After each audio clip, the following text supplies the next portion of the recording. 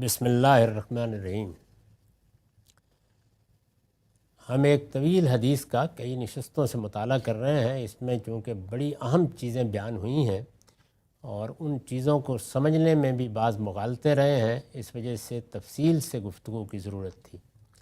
اس کا آخری حصہ باقی ہے۔ یہ مسند احمد کی روایت ہے جس کا رقم ہے 17,144۔ یہ بات ذہن میں ہوگی کہ اس میں بہت باتیں کہی گئیں۔ یہ بتایا گیا کہ حضور نے یہ سب باتیں ایک خطبے میں کہی تھیں۔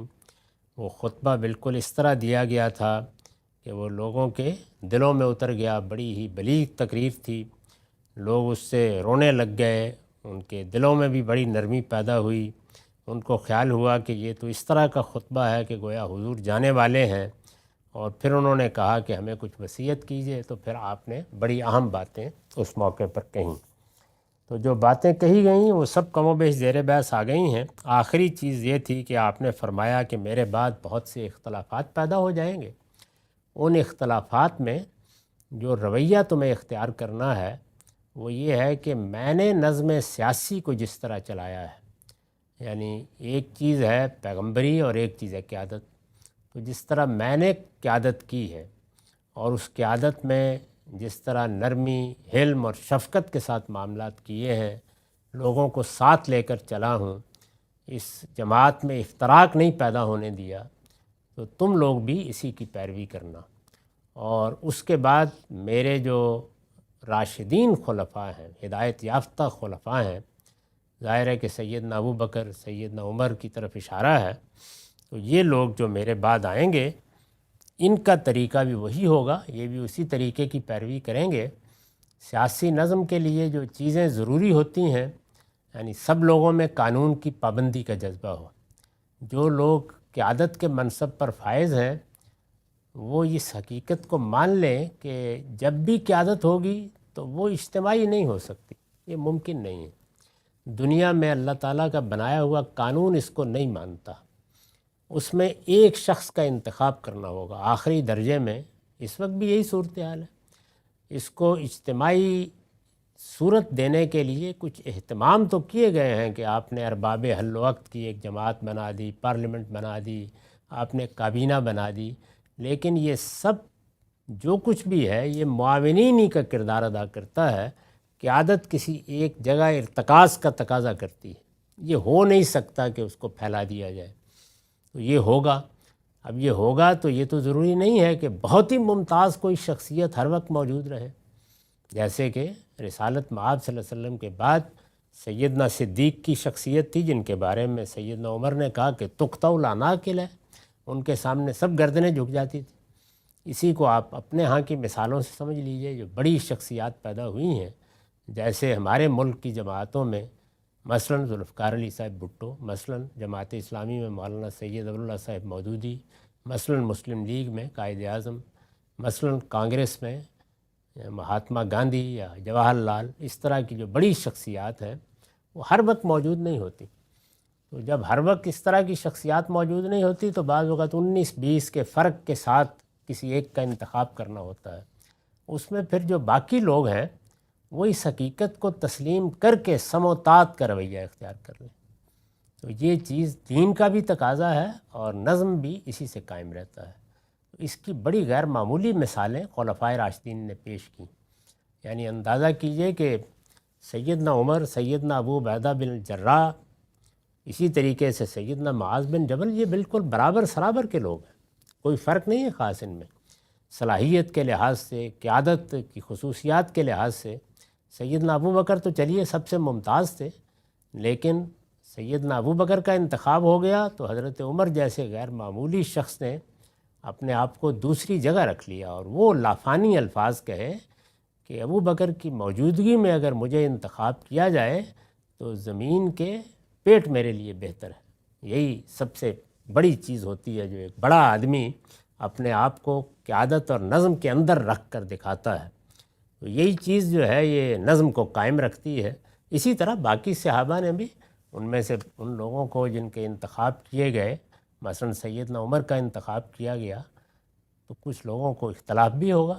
سیدنا عثمان کا انتخاب ہوا تو اس وقت تو کافی بحث بھی ہوئی، اور خود حضرت عمر نے یہ کہا کہ اس وقت فیصلہ بہت مشکل ہے، 6 لوگ ہیں اور کم و بیش برابر سرابر کے ہیں، بڑا مشکل ہے کہ ان میں سے کسی ایک شخص کا انتخاب کیا جائے، لیکن لوگوں نے کیا، سیدنا عثمان کا انتخاب کر لیا، تو سیدنا علی نے یا باقی لوگوں نے اپنے آپ کو حوالے کر دیا، کسی قسم کا کوئی تردد ظاہر نہیں کیا۔ اس کے بغیر کوئی اجتماعی نظم نہیں چل سکتا۔ تو یہ سبق ہے اس کے اندر، جو یہ ساری روایت ہے کہ ہمیں بھی یہی رویہ اختیار کرنا چاہیے۔ جب ذمہ داری کسی شخص کو دے دی جائے تو پھر اس کے ساتھ ہمارا دین یہ کہتا ہے کہ سرکشی کا، قانون شکنی کا نہیں، سموتات کا رویہ ہوگا۔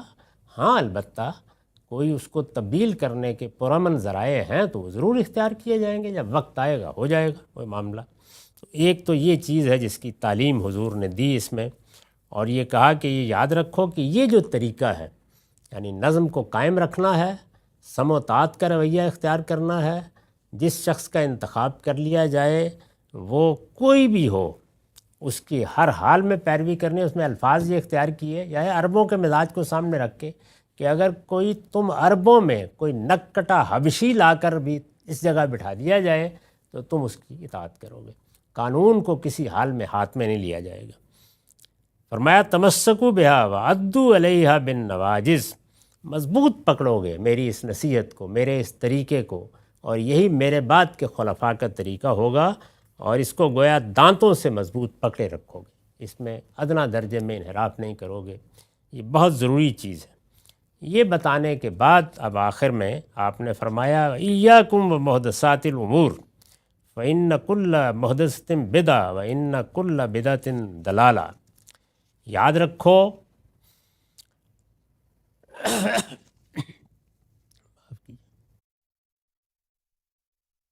یاد رکھو دین میں جو نئی باتیں نکالی جائیں ان سے خبردار رہنا، اس لیے کہ اس طرح کی ہر نئی بات بدعت ہے اور ہر بدعت گمراہی ہے۔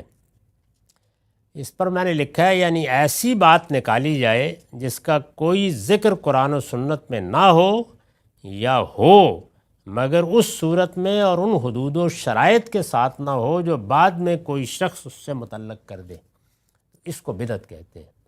بدعت کا مطلب یہ ہے کہ اللہ کے دین کو انسانوں کی دراندازیوں سے بالکل محفوظ رہنا چاہیے۔ اسی لیے 2 سب سے بڑے مذہبی جرائم ہیں، ایک شرک اور دوسرے بدعت۔ شرک یہ ہے کہ اللہ کے ساتھ بغیر کسی دلیل کے کسی کو ساجی ٹھہرا دیا جائے، تو یہ افتراء علی اللہ، اللہ پر جھوٹ باندھنا ہے، اس لیے ناقابل برداشت ہے۔ یہی بات ہے جو قرآن نے کہی ہے کہ یہ ایسا جرم ہے کہ اس کے مرتکبین اگر توبہ نہیں کریں گے، رجوع نہیں کریں گے، جانتے بوجھتے شرک کا ارتکاب کریں گے، اسی حال میں مریں گے تو قیامت میں معاف نہیں کیے جائیں گے۔ یہ بہت بڑا جرم ہے۔ دوسرا بڑا جرم بدعت ہے، یعنی اپنی طرف سے کوئی چیز دین میں داخل کرنا۔ یہ کیسے ہوتی ہے اس کو میں نے ان الفاظ میں ادا کیا ہے، یعنی دین میں کوئی ایسی بات آپ نے داخل کر دی کہ جب کہا گیا کہ یہ قرآن میں کہاں ہے، یہ سنت میں کہاں ہے، تو آپ کچھ نہ بتا سکیں، بس زیادہ سے زیادہ یہ کہیں کہ اچھی بات ہے نا، تو یہ چیز بدعت ہوگی۔ کسی کو حق نہیں ہے کہ اللہ کے دین میں دین کے نام پر ایک تنکے کے برابر بھی کسی چیز کا اضافہ کرے۔ دوسرے یہ کہ وہ چیز تو دین میں ہو، جیسے نماز ہے، جیسے دعا کرنا ہے، لیکن آپ ایسے حدود و شرائط اس کے ساتھ وابستہ کر دیں، کوئی اس کی جگہ مقرر کر دیں، کوئی اس کے لیے آداب مقرر کر دیں جو دین میں نہیں ہیں، دونوں چیزیں بدعت ہوں گی۔ تو اس سے حضور نے فرمایا کہ تم کو ہر حال میں بچنا ہے، ایاکم ومحدثات الامور، میرے دین میں کبھی کوئی نئی بات نکالنے کی جسارت نہ کرنا، فإن کل محدثۃ بدعہ، اس لیے کہ دین میں جو نئی بات نکالی جائے گی وہ ہر حال میں بدعت ہے، وإن کل بدعۃ ضلالہ، اور کوئی بدعت اچھی ہو بری ہو، جو کچھ بھی ہے وہ سب گمراہی ہے، دین میں اس کو گوارا نہیں کیا جائے گا۔ تو ان الفاظ پر یہ روایت ختم ہوتی ہے۔ اس میں بڑی اہم باتیں کہی گئی ہیں، یہ ساری چیزیں ملحوظ رہیں تو ہم بہت سی خرابیوں سے بچے رہ سکتے ہیں۔